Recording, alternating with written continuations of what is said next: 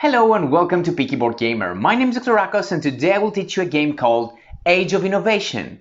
Age of Innovation is the new version of Terra Mystica board game. I have already made a video for Terra Mystica, however I like this game so much that I wanted to do a new version of video as well. This is definitely in my top 5 best games. The rules of Age of Innovation are not much different than the rules of Terra Mystica. If you see this symbol, then I'm explaining some rules only applicable to the new version. I will also place some timestamps, so if you know how to play Terra Mystica, you can easily navigate in this video and learn all the new information. Let's move to the table and see how the game is played. In the game, players are controlling one of the factions and are trying to spread out on the map as much as possible. However, each faction can only build on specific terrain, so they will have to terraform the land in order to expand. On the way, players will be gaining more abilities by constructing their palaces, gaining competency tiles and innovation tiles. And they'll be gaining victory points by constructing big cities, by advancing in the 4 disciplines, but most importantly, by adapting their gameplay to the variable round objectives given by the round score tiles. The game lasts for 6 rounds, and after final scoring, the player with the most victory points will win in Age of Innovation. At first, place the main board in the middle of the table using the side that applies to your player count as indicated by this illustration. For our 3 players example, we can use any of the 2 sides, and we will use this more tight side that has fewer hexes. Place the science display next to the main board.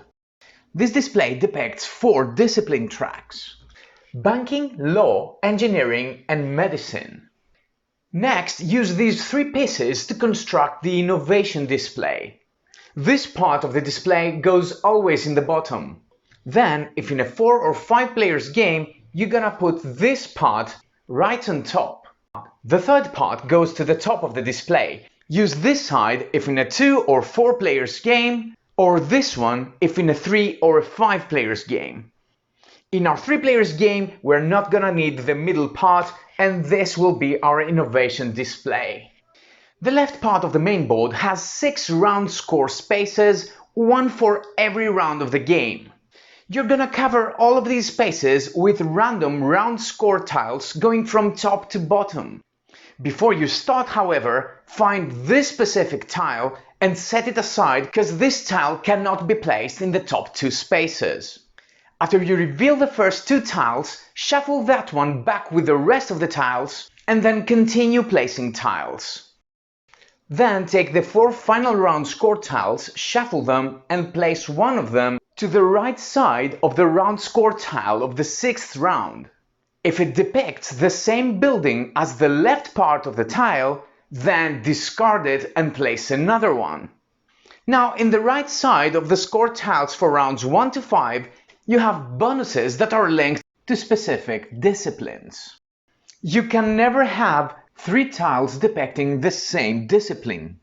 If that happens, like in our case, remove the one nearest to the bottom and place another tile.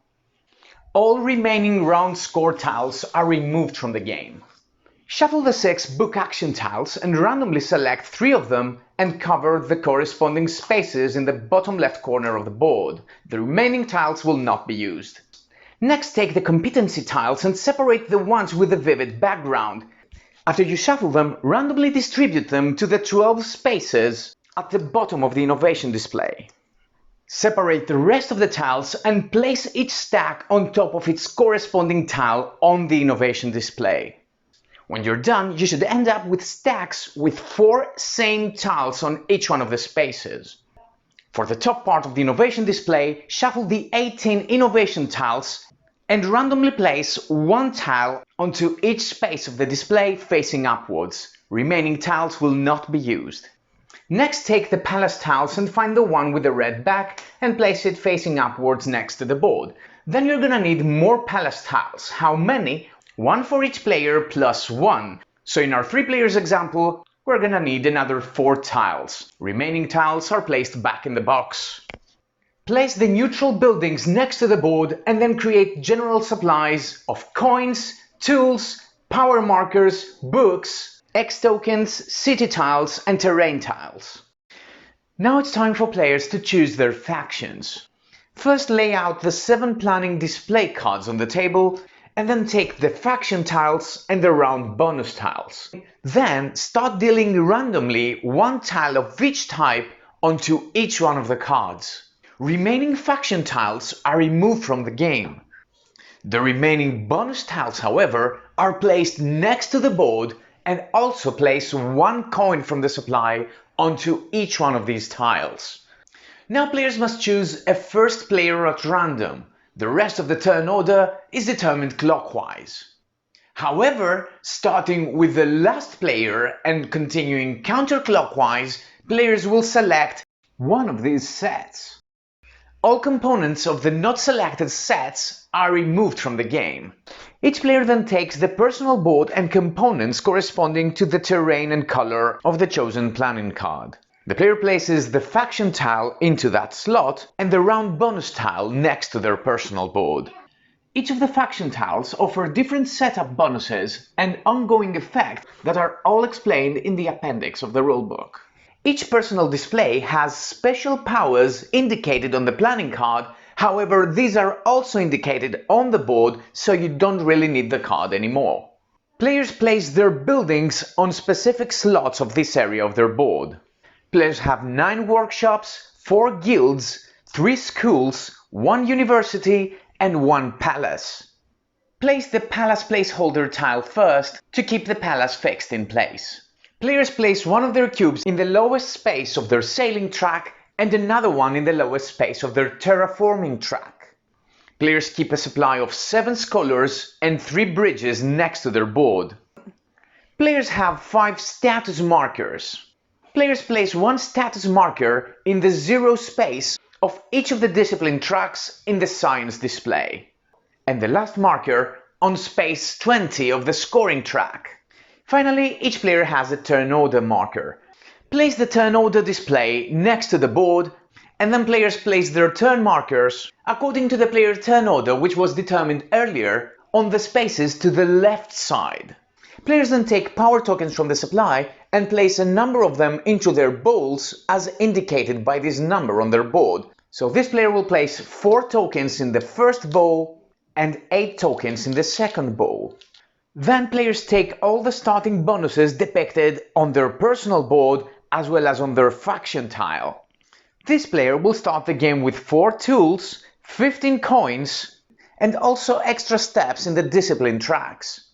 2 steps in banking and medicine, and 1 step in law and engineering.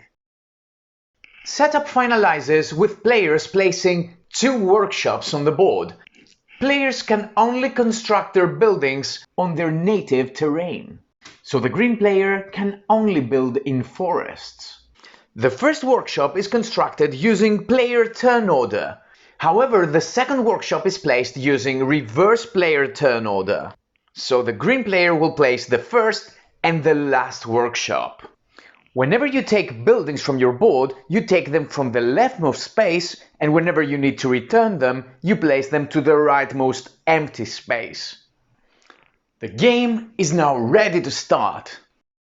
If you're still watching this video and like this kind of content, please subscribe to this channel if you haven't done already and hit that bell button so you get notified of all our future videos.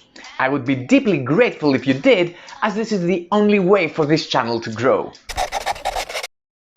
The game is played in 6 rounds as indicated by this round track going from the bottom to the top, and as you can see, for each round there is 1 round score tile.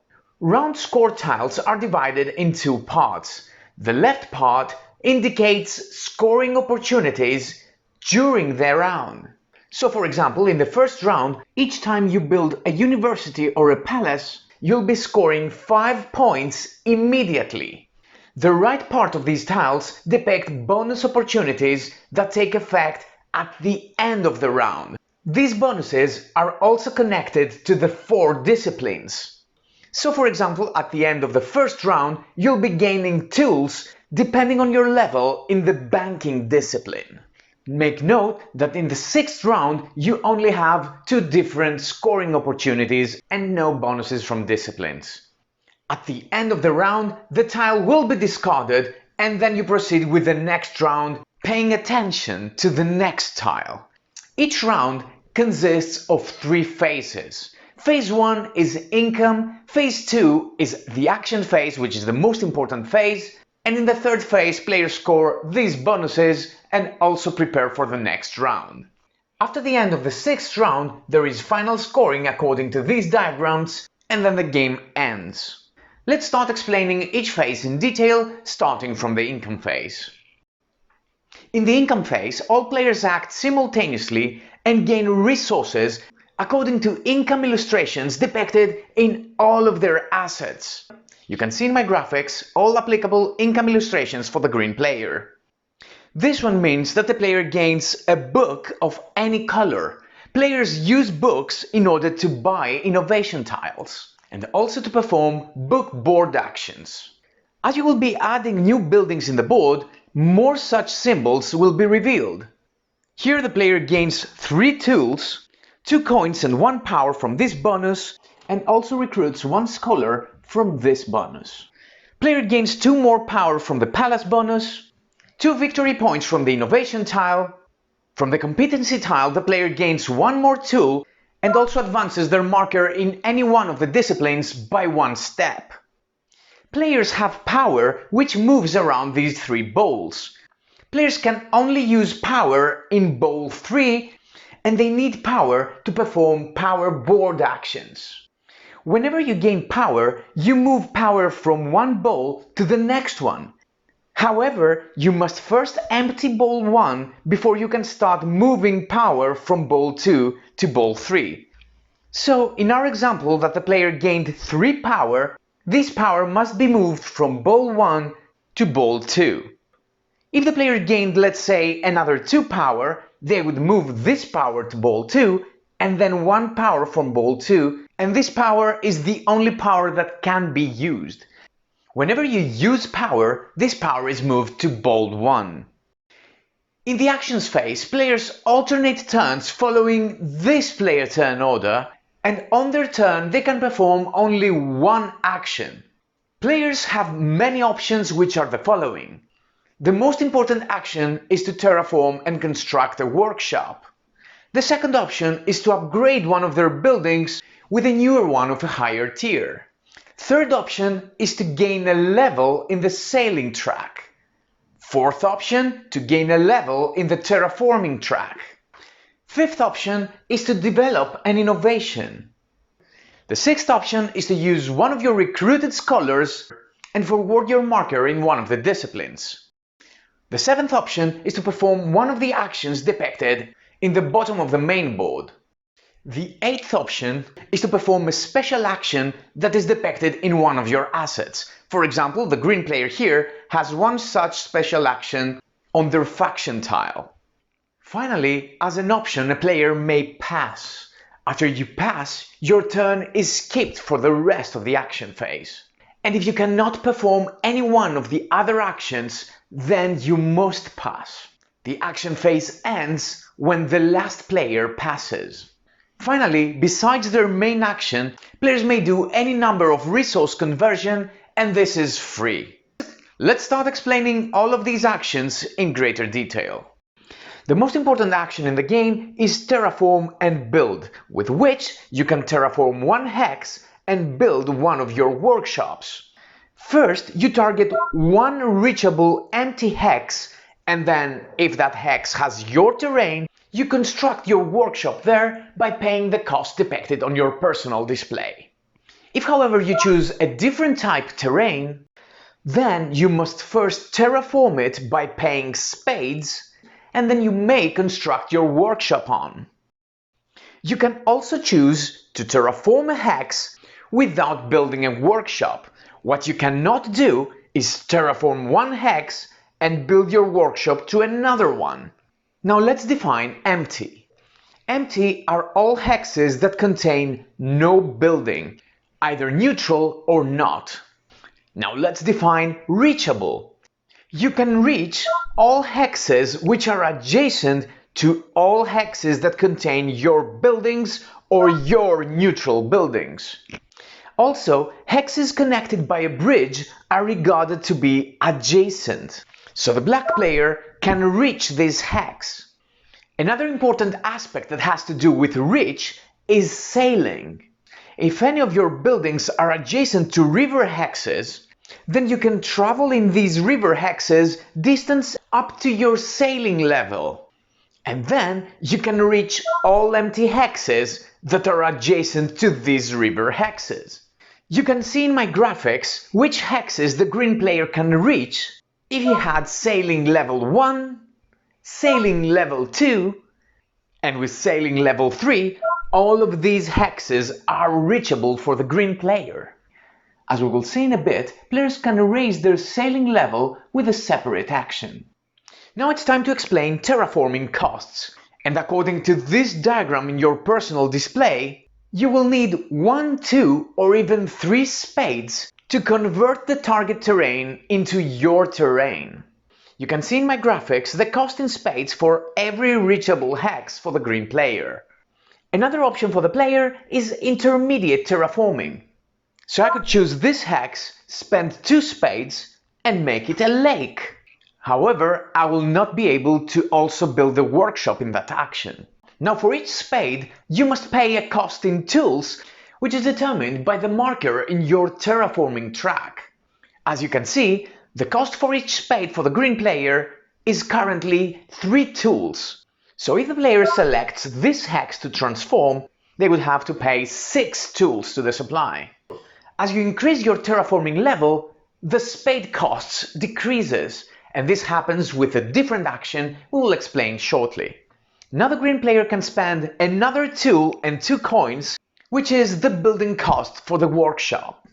Now take a look to the right side of your buildings on your display. All buildings have a power value. Workshops worth 1 power, guilds and schools worth 2, and palace and university have 3. This also counts for all such neutral buildings as well. The neutral monument has a value of 4 and the neutral tower has a value of 2. Whenever you build in a hex that is adjacent to other players' buildings, then these players may gain power equal to the power value of all these buildings. In our example, the green player has built adjacent to other players' buildings. I will place tokens equal to their power value, so you can understand what I'm saying. The brown player can gain 3 power by adjusting the power tokens in their bowls by spending victory points equal to the amount of the gained power minus 1.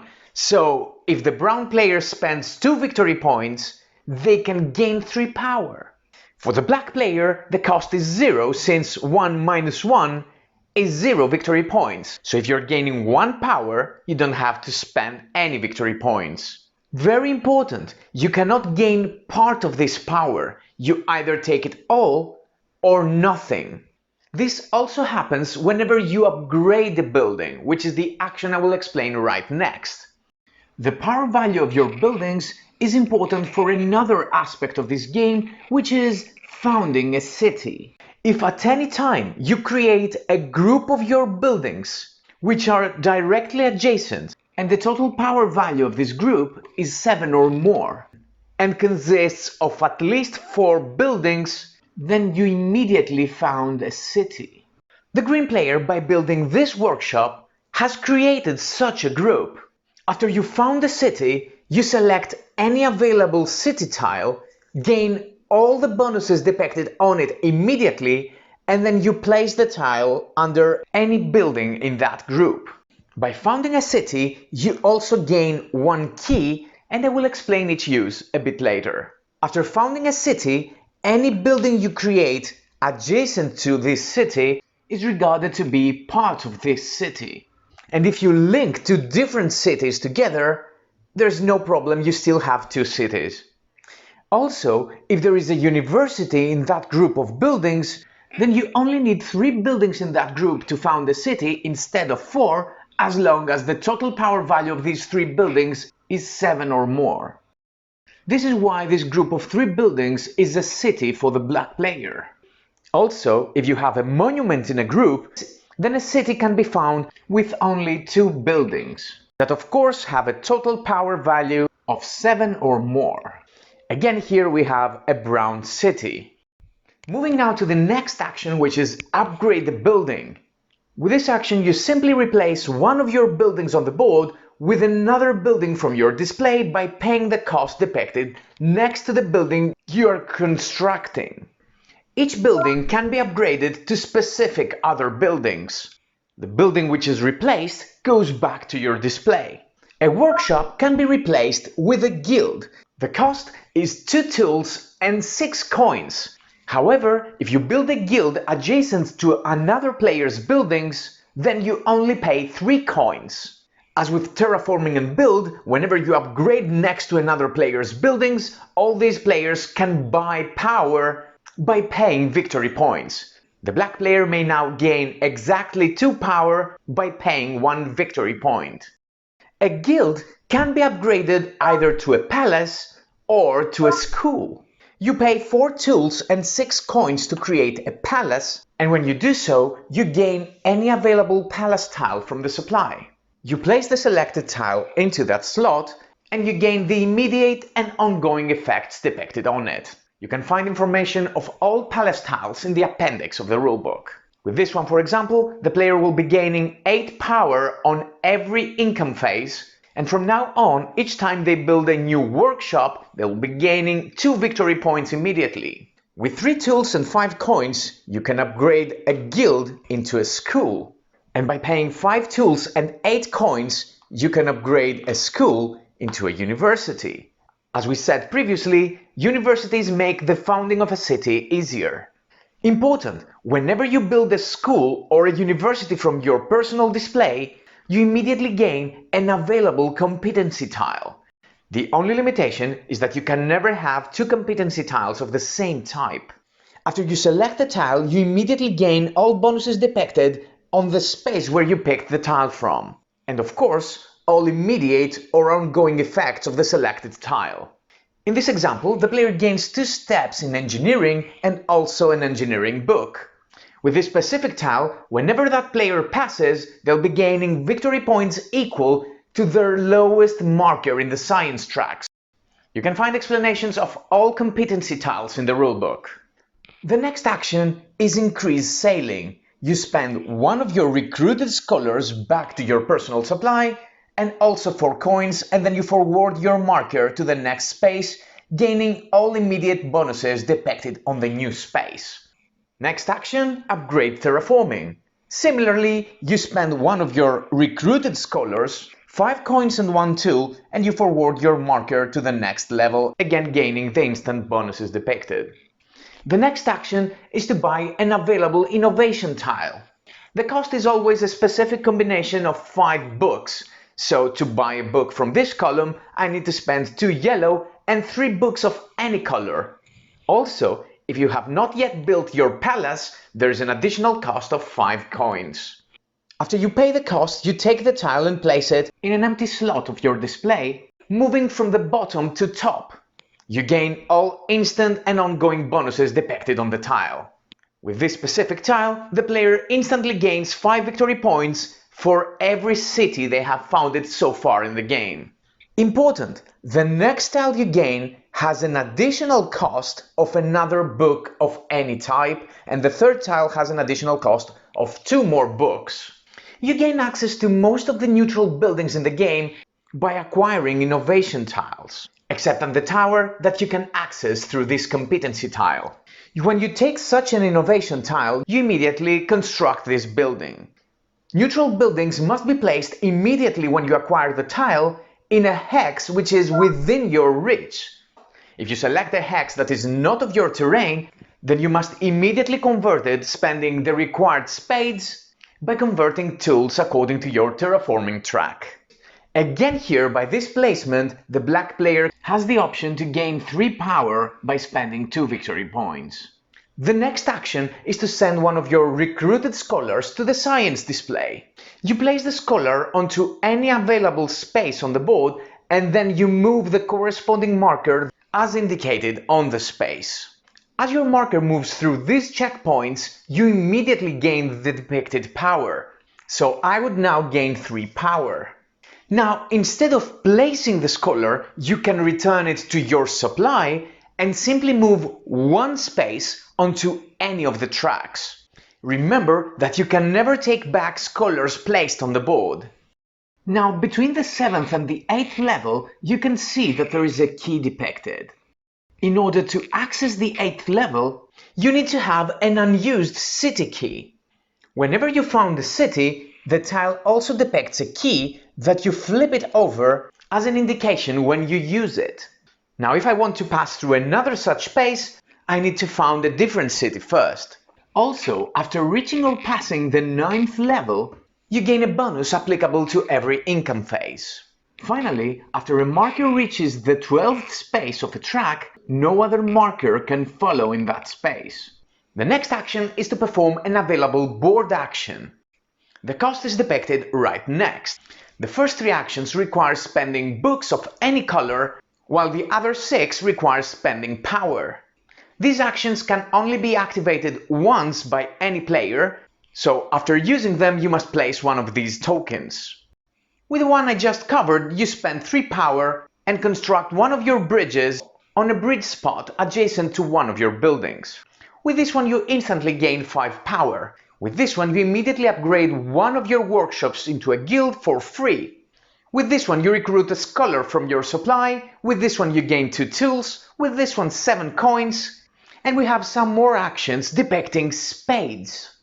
Whenever you gain spades within the action phase, either from an action or let's say from this competency tile, then you immediately perform a terraform and build action using the acquired bonus spades. Now there are some minor details about using these free spades. Let's say I spend 3 books to perform this action that enables me to perform a terraform and build action with 3 bonus spades. You must spend all of these spades in 1 or more hexes within your reach. And you must do that before constructing your workshop. If you choose to split those spades in many hexes, then at least one of these hexes must become your native terrain.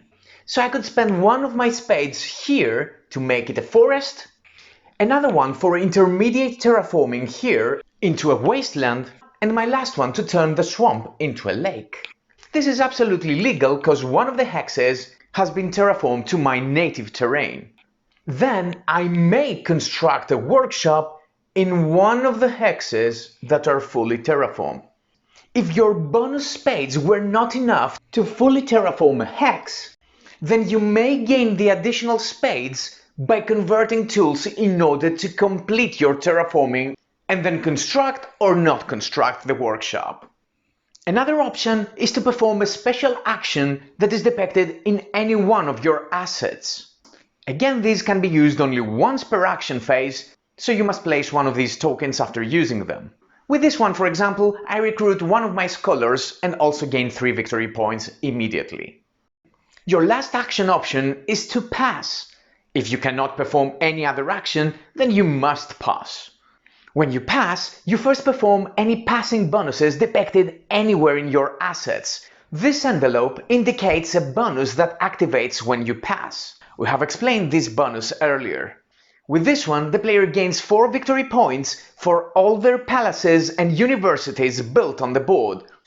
I use plural because this also counts the player's neutral buildings. Then the player returns their round bonus tile next to the board, and they take a different one along with any coins that are placed on it. You must always choose a different tile, you cannot take back the one you returned. The player then places the acquired round bonus tile using this side facing upwards to indicate that that player has passed and is excluded from the rest of the action phase. As a last step, the player moves their turn order marker to the next empty space of the other column. Besides their action, during their turn, players can also perform any number of conversions. These are regarded as free actions, and all conversions are depicted here on your display. For example, I could spend 5 power to recruit a scholar or gain a book of any color. I could gain a coin by spending 1 power, or 1 book, or even 1 tool, and so on and so forth.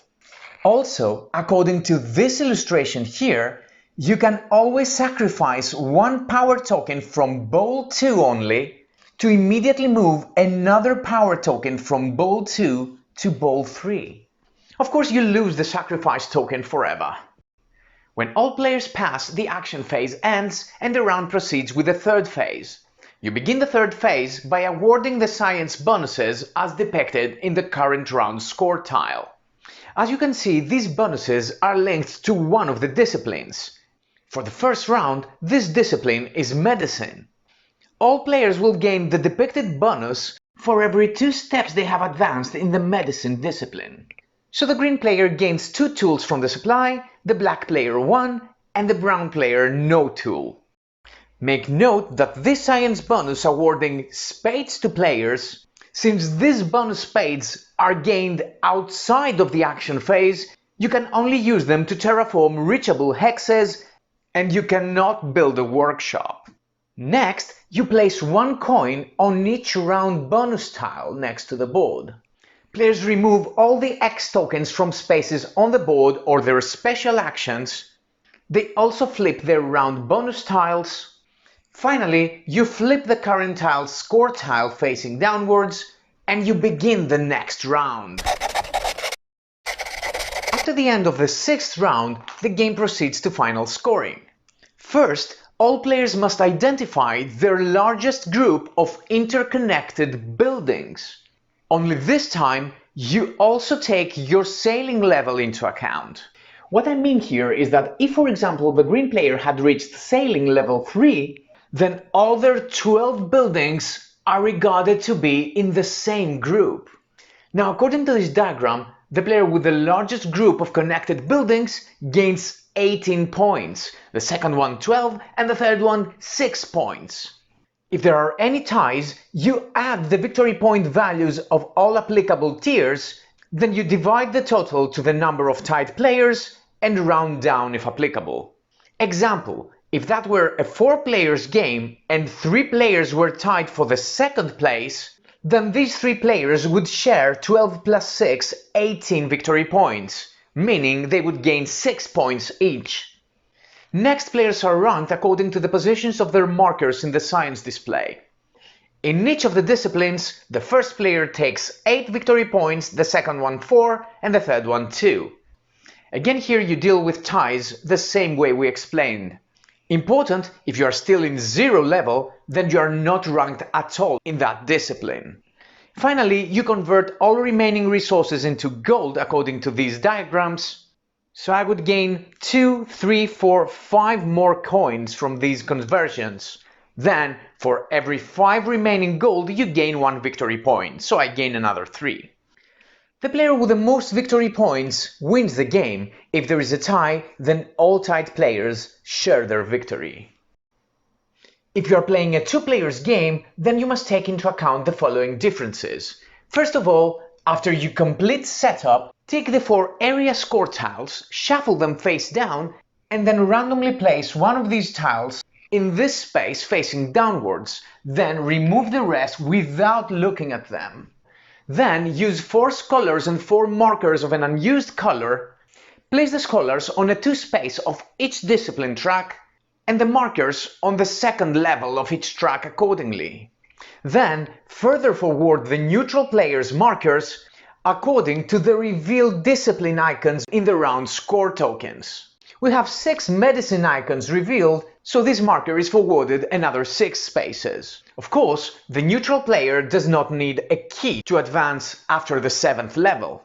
Do the same in all of the tracks.